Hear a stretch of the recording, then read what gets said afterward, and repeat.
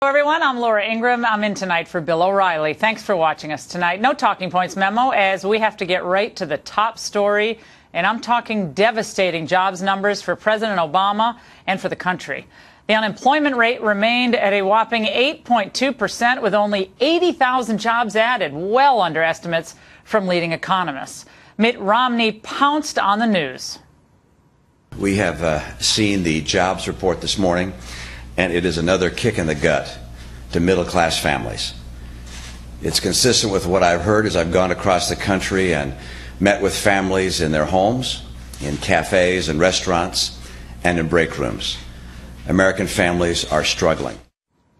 But somehow President Obama put a positive spin on it, remaining optimistic about the economy and, by extension, his chances to be reelected.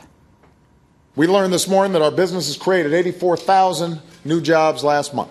And that overall means that businesses have created 4.4 million new jobs over the past 28 months, including 500,000 new manufacturing jobs. That's a step in the right direction.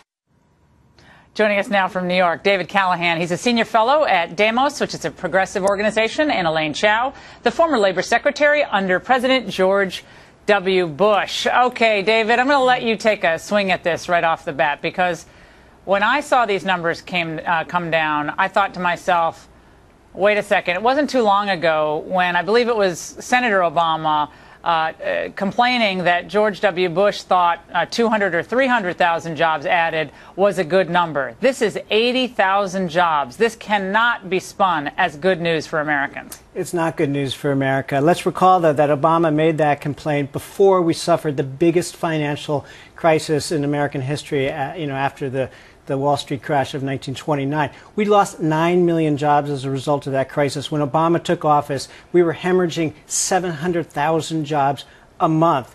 Unemployment hit 10%. So in many ways, we've come a long way. We haven't lost any jobs in the last 2 years. We're making progress, clearly not enough progress. In retrospect, that stimulus was not nearly big enough in 2009. And that American Jobs Act that President Obama tried to pass last September should have been enacted by Congress, which did nothing. So we're now paying the price of that. As far as I can tell, and Elaine, you can get in on this as well, as far as I can tell, the president blame shifts a lot. I mean, I really did not hear any evidence that the president is taking any responsibility for this economy. It's either Europe's fault, the banking industry's fault, Republicans' fault, or maybe Fox News' fault. But it's almost and don't forget never the tsunami his fault. also. Go ahead. Go ahead, Elaine. So don't forget the tsunami, too. Yeah, well, it's or a natural disaster or wildfires or global. I don't know what. But the point of the matter is people want a leader to take responsibility for the good and for the not so good. And I think this act is beginning to wear thin, in my opinion. Elaine. I think, 3.5 years into his administration, it is now his economy.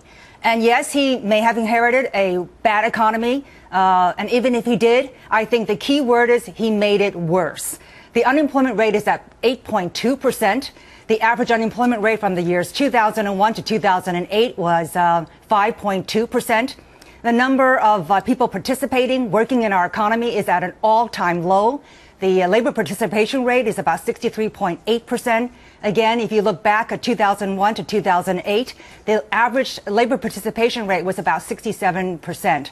So with a workforce of about 155 million people, those 4 percentage points in terms of labor participation rate alone means that there are many, many Americans who have just grown discouraged. They've withdrawn from the workforce, and they're not looking. In fact, we have over 12.7 million Americans who are still out of work. These numbers are dreadful, I believe, across the board, and there's very little positive news to glean from these. Nevertheless, a number of conservatives have come forward and are a bit concerned that in tone and in enthusiasm, we seem to be missing something in the Romney campaign. Did you think that when he came forward today for a brief appearance, that was enough, that was sufficient to kind of get people to stand with him for his positive solutions? You know, Governor Romney has a history of creating jobs, and I think people understand that. And I think we've got to focus on that. I mean, he's a job creator. He has created jobs. He has had companies that have created jobs, and his record speaks for itself. And I think that's the point that's going to be very appealing. Now, all of us want the economy to improve. You know, we don't want our fellow Americans to be suffering, but clearly something is not working. This economy is stuck, and they're just, business people, employers are concerned about all sorts of things. But Elaine, you seem a little bit more impassioned right now than Governor Romney did today. That's my point. Would you prefer to see him almost a little ticked off about these numbers? This is our country going down the tubes. Or is it enough just to say, look, I've heard from people, and this confirms what I've heard? You know, politics is not theatrics. You know, we're talking about performance. And part it is. Ronald Reagan thought it was. You and I both worked for President Reagan. But he understood talking about theatrics. Performance here, and clearly this president has not performed. And this come this November, the American people will decide. Okay, so you're satisfied. There's nothing that you would critique about the Romney campaign so far. Romney doesn't. Romney, look. No, I think the governor. I think the governor can, has shown that he has lots of skills, and so whether he is. Whether he is going to be exceptionally emotional, that's just, I think, the way he is. And I think people are going to understand that. We're not into theatrics anymore. All right. That's actually an interesting response. And that might be a response I'd like to hear from the Romney campaign. It's not about theatrics. This is my record. This is what I'm going to do. That's interesting. Go ahead, David. Unfortunately, Romney doesn't really have a plan for creating jobs or one that will create jobs quickly. I mean, what Have Romney's, you been to his website, David? Yes, he does. He absolutely in fact, does Laura, have a plan to create jobs. I read his jobs plan, and almost all the things that he proposes would not take effect anytime soon. What he wants to do is he wants to cut regulations. He wants to restructure the corporate tax code. He wants to change trade policy. But that works. But none of that is going to be a short-term solution. The short-term solution we need is more stimulus spending, and in particular, more spending to put those construction workers back at work. I read the jobs report today. The highest rate of unemployment is among construction workers, almost 13%.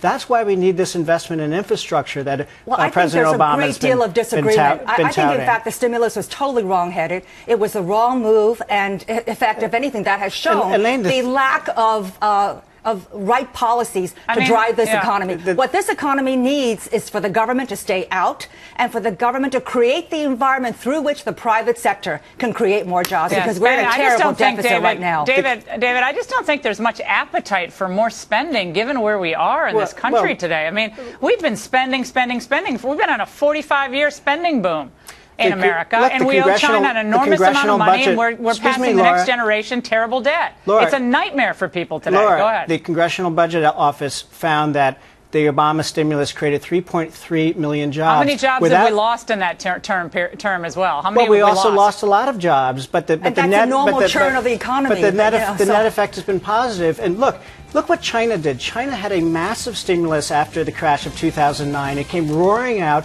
It did a lot better than we did. Our stimulus was too small. Well, they're doing a lot of other things, though, too, like cheating. Europe had austerity. They've done very poorly. We have to do more stimulus. That's the bottom line here. Spending or restraint? Spending or fixing our entitlement programs? We'll continue to have this debate for sure. Secretary Chad.